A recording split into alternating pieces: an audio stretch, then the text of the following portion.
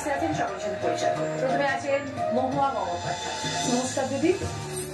পশ্চিম মেদিনীপুরের সদর শহরে আমার বাড়ি, কিন্তু বর্তমানে আমি আমেরিকায় থাকি স্বামী কর্মসূত্রে।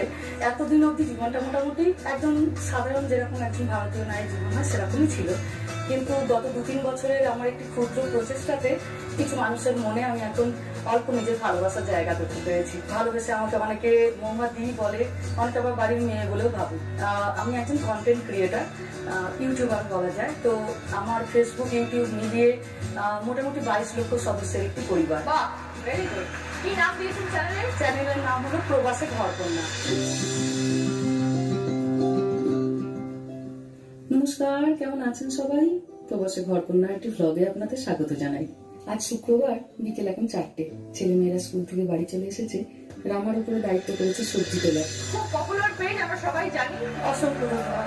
শুভ সংকল্প। এরপর আছেন কান্তা। নমস্কার, কেমন আছেন সবাই? প্রবাসে ঘরকন্যা একটি ব্লগে আপনাদের স্বাগত জানাই।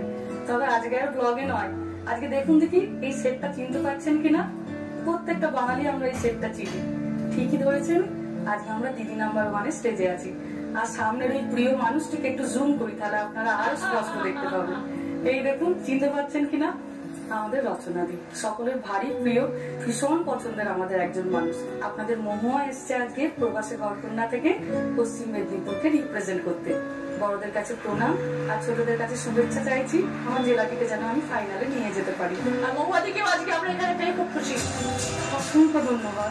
তো এইভাবে শুরু করি, এইভাবেই কথা বলতে থাকি।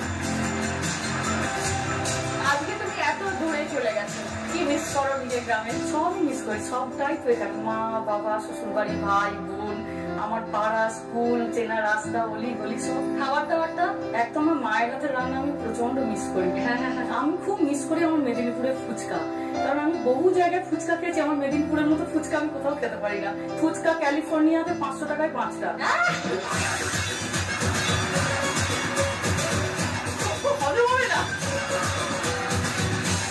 তার মধ্যে মেয়ে একটা খেয়ে না, ছেলে একটা খেয়ে না, তখন বড় একটা খেয়ে না, তো দুটো ফুচকা।